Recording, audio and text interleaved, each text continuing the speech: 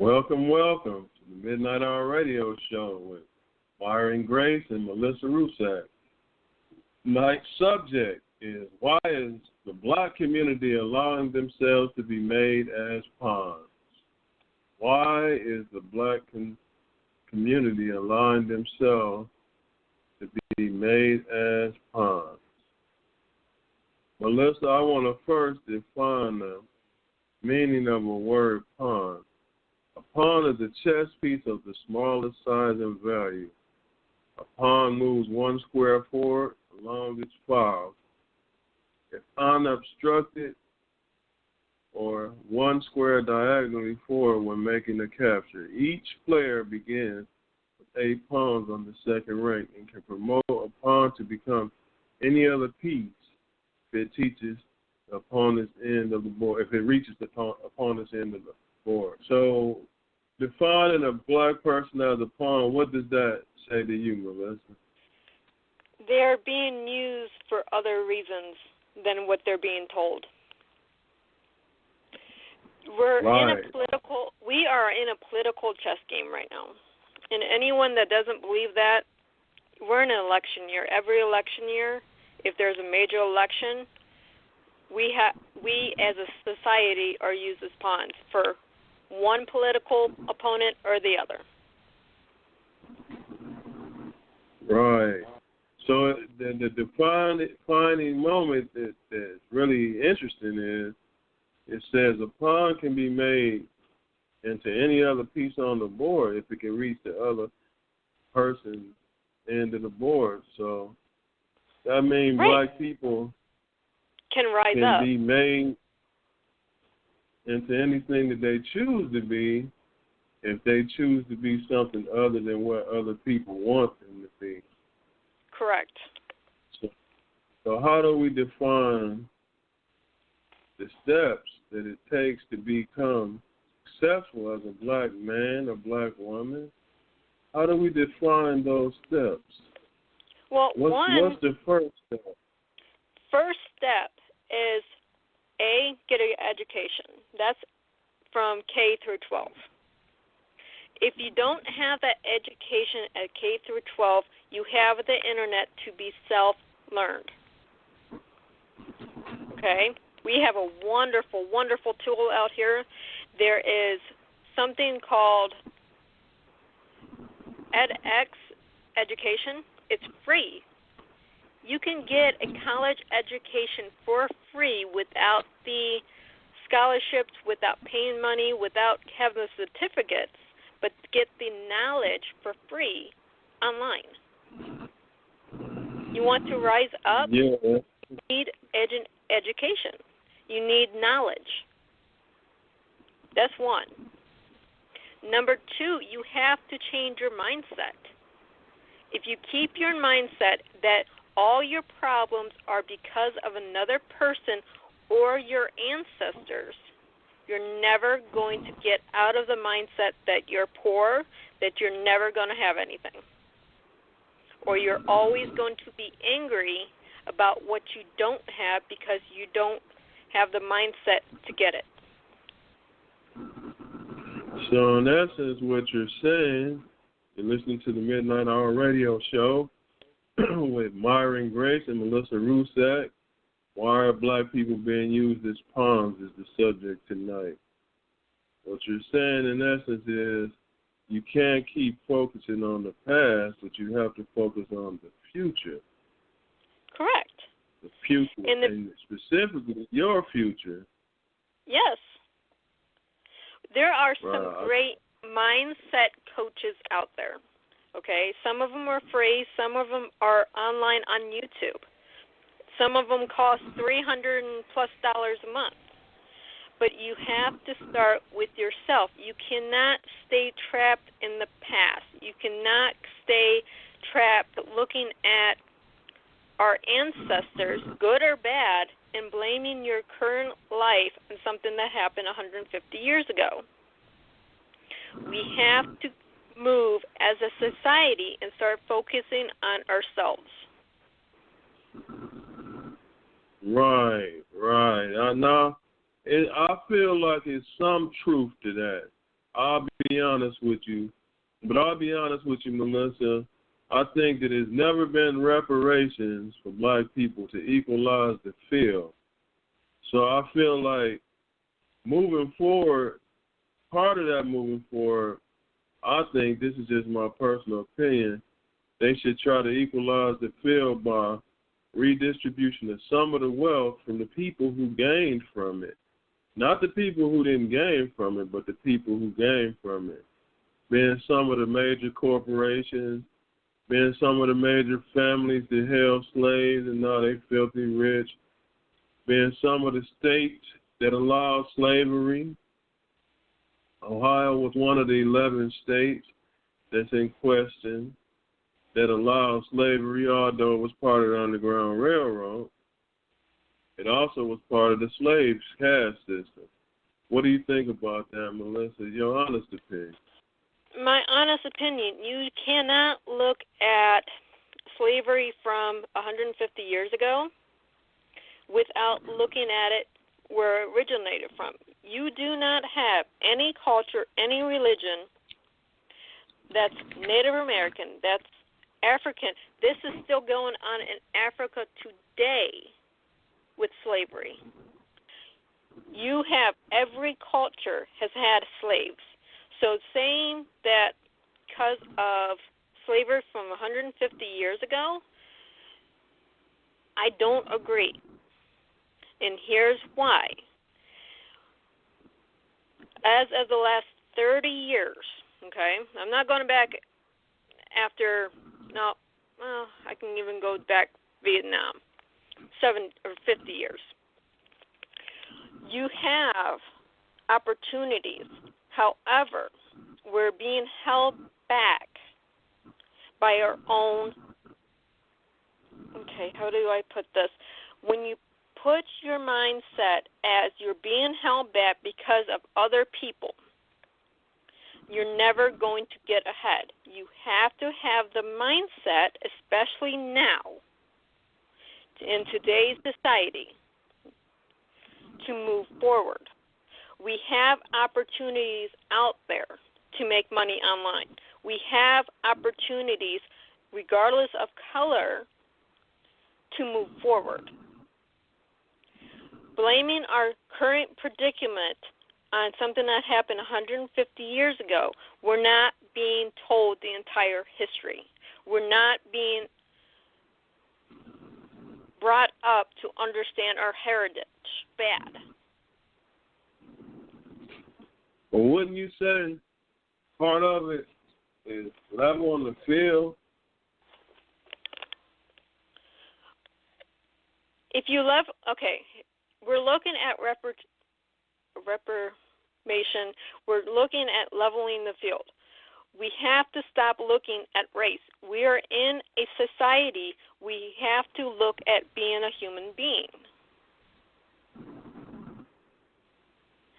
Yeah, but Melissa, wouldn't you say that many of the institutions that induced slavery and inequality for African Americans are still in place?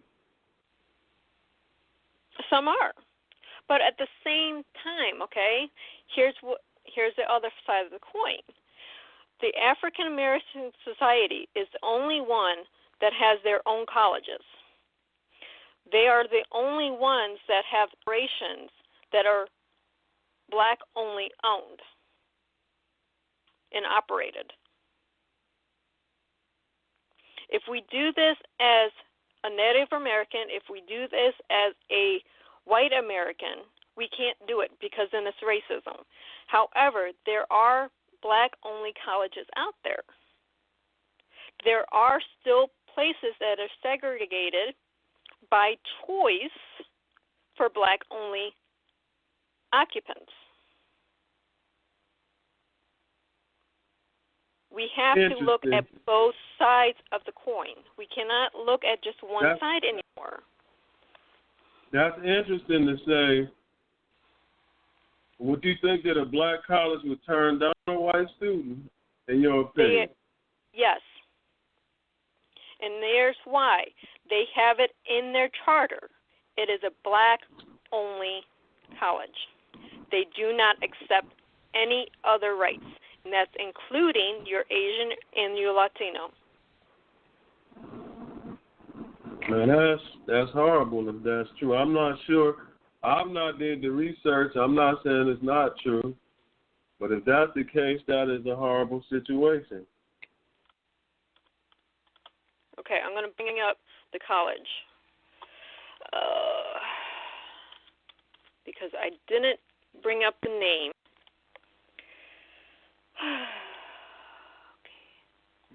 Okay. Well, African Americans shouldn't be allowed to do that either, in my opinion. Shouldn't be no black-only colleges. Predominantly black college. There's historically black college. But I don't think they should be allowed to be there. Yeah. Huh? They are currently 10 in the United States. So what if a person mixed with white? They can't go to that college, huh? I have no idea. I mean, you have the racial profile, so technically I guess you can. But on the same side, we have places like Yale. They had their first ever, and this is really cool, their entire law graduation this year was all African American. Every single one of them. Oh, okay. Why was that? I have no idea. Their entire law class this year was all black Americans. That's something that's being celebrated because it's the first year it's Harvard, not Yale. Wrong school, sorry. That had an all alumni class of law students that are African American. That's amazing. They must have planned it. So my question is that part of how black people are being played as pawns? Is that one of the ways in which they're being played as pawns? They're being used for political agendas like that? They have. All through history, since 1960s, they have been used as pawns for political gains. If you look at, I'm going to go back to 1930s in America. If you look, when you have election years, that's when the violence gets worse, okay? Why is violence getting worse, especially on white to black society? Or why are we having that part? It's not that it's getting worse, but it's more in the media. Okay? Even in the 1930s, it was in the media. They're trying to get the African Americans, instead of using their heads and voting for whatever political party they want to vote for, to scare, because now we have this white on black crime being broadcasted. It's getting worse. How are we going to stop it? Well, then you have a champion political party member, and that's who you vote for. Tell me I'm wrong. Right. You can go back Might be some truth to that. Find the 1930s. Now, your KKK was, and this is the only time I will ever mention it because I'm totally against this. They were formed to scare the black community into voting a certain way back in the 1930s. Right. And I'm totally against it. No, I hear you on that. It may be some truth to that, where black people being used as pawns and in political situations. They being thrown off. Their attention is being thrown off from the very thing that can change the outcome, which is voting. Mm-hmm. So that they won't even be focused on the polls. They'll be more focused on revenge. Right. Then so what what are we seeing? Yeah, so what are we seeing right now in Minneapolis? We're seeing the community rise up and are bent on revenge right now. Defund the police, because obviously all your police are corrupt. It's not just one or two. It's all of them. In the eyes of people that are in this revenge mode. Okay? This isn't true. You have your white cops, you have your black cops, you have your Latinos and your Asian. There's bad apples, but there's also a lot of good apples. We're letting one or two bad apples sour our outlook for all police officers.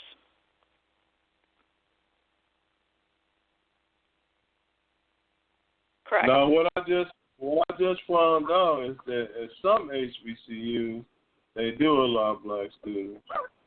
White students. But still, even with that, Melissa, I think that it's definitely not a level playing field if they're allowing blacks to be dominant in any college. Because I think that education should be available to everybody, no matter what the race is. If you choose to go to a college, you should be able to go to that college. Right. And that should be across the board.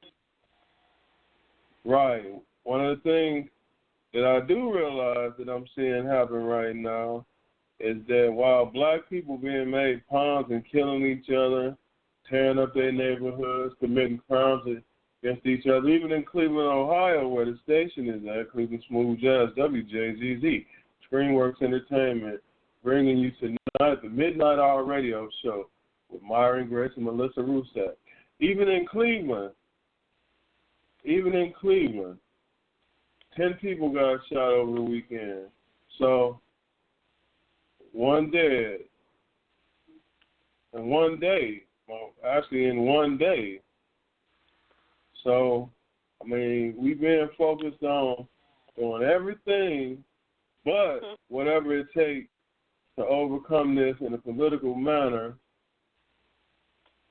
They throwing the focus off of what the real problem is. The real problem is that black people, even why aren't there more black people on this telephone call? That's really tripping me out right there, because I say that to say, believe me, I invite a lot of people on the telephone.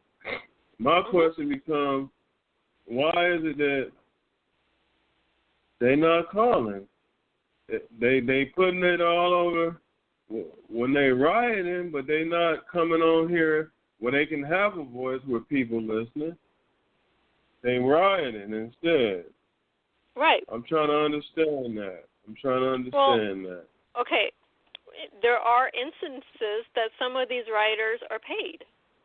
So if you're getting paid to do something, are you going to leave your post and not get paid just to be on a radio show? You're not getting paid to be on the radio show. And you're not going to admit you're getting paid to burn down your city. Right. It makes no sense, though, for black people to say over and over again that they need a voice, and when you have outlets where people are actually listening, they don't come on. No. It makes no sense. We are putting so much concentration on the few cases of a white police officer killing a black person. We're not putting any attention on how many black people were killed in Chicago over the weekend by fellow black community people. How many people, even across the country? We don't say that. It's not just white on black crime that has to be looked at. It has to look at, we are a society. We have to look at all of it. We cannot be killing each other. That's true. Why is it that they're not focused on the obvious? things. Killing is killing. What about the black cops that kill black people? Why are we not outraged at the black cops that were killed by rioters? Right, why are we not Absolutely. outraged at the black children playing in the streets being killed by drive-bys? Why are we not outraged with the black child that was killed in that fire because the fire truck couldn't get past the rioters? I completely agree with you. We are putting so much emphasis, and I still will say this, there's no reason a person should die in police custody. None. Unless they're on death row, and that is the punishment for whatever crime they've committed, there is no reason a person should die in police custody or in a police raid or whatever. Unless they're firing at the police, then that's a completely different story. But putting so much emphasis on one thing, we're not looking at it as a civilization. We're not looking at it as, okay, we need to come together. Right now we're so divided as a country, and this is a time we should be of one voice coming together to find a solution. Well, right, we should come together as a people. We should definitely come together as a people. I completely agree with that. Why is it that we're not coming together as a people? I'm not understanding that. Why is it that we're more concerned with rioting than speaking solutions? Because our political leaders who have been in office for 30-some years are condoning the riots. We have a mayor. We have a mayor right now condoning the rioters taking over part of the city. The police chief. That makes no sense. The police chief in that city is an African American female. She went on air saying she's getting calls from rape, from looting, from everything that you can think of, and they cannot get there to help. They're not allowed to enter where the rioters have overtaken that part of the city. Wow, that means whoever lives there have to give their own justice, protect themselves, which means more people getting killed, more people getting shot, more violence. Exactly. We're not doing this smartly. We're not making change that is going to have a positive outcome. We are pushing this country into almost a civil war. Absolutely, I agree with you. And we don't even have any strong political candidates that can pull it back together. We are so divided right now. It's not even... Okay, your president is there for 4 to 8 years, okay? A person cannot fix a country in 4 to 8 years. We have political people who have been in power for 30-plus years. Why are they now lobbying to take away the monuments? Why are they now pressing, we need to side with for the rioters, that we cannot call them rioters and looters because it's offensive? What are they doing? These are the people that we have in power right now. They're not there to bring this country together. I don't care how you vote come November. I really don't. But at the same time, we have people that have been in office for 30 years. What are they doing to heal this country. I completely agree with you. What is it that anybody is doing, America, to heal the country? Not just talk about what we can do to take it apart, not talk about rioting, not talk about certain areas we can't go in where the rioters took over, but what is anybody doing to heal this country? You know what I mean? I want that to be our next subject, Melissa. What is it that anybody is doing to heal this country? Because I'm not seeing it anywhere. I would love to have a sit down with political leaders to heal this country.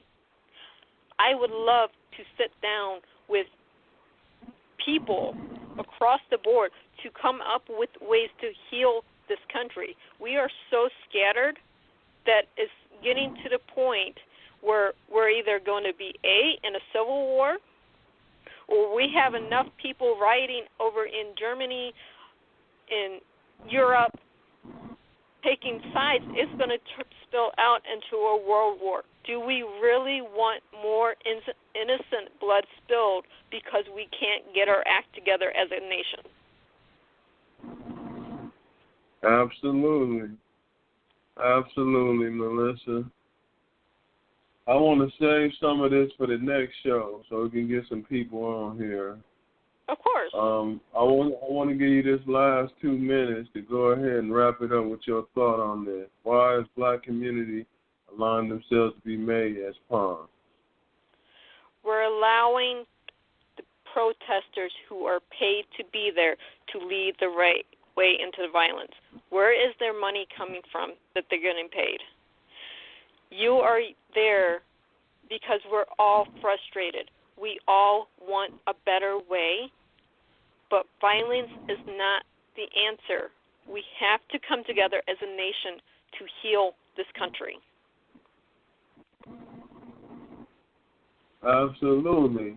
I'm actually going to try to invite some experts on at the next show. What can we do to heal this United States of America or the world? What can we do to heal this country, known as the United States of America, versus tearing it apart? What's the solution? What are we going to do, America? What you want to say in our last minute, Melissa? We have to start acting as citizens. We have to stop looking at race and start acting as citizens.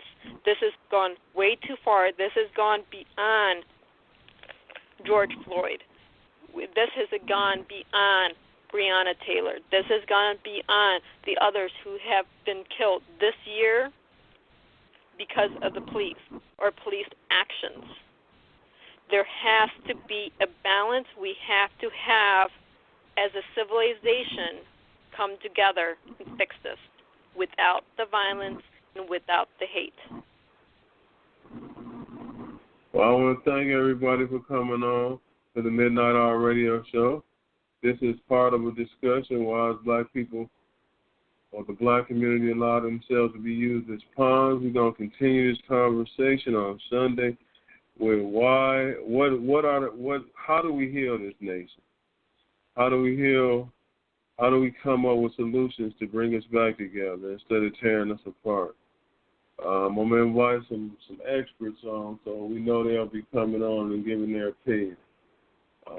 Melissa, thank you for coming on with me. And till next time, America, have a great evening.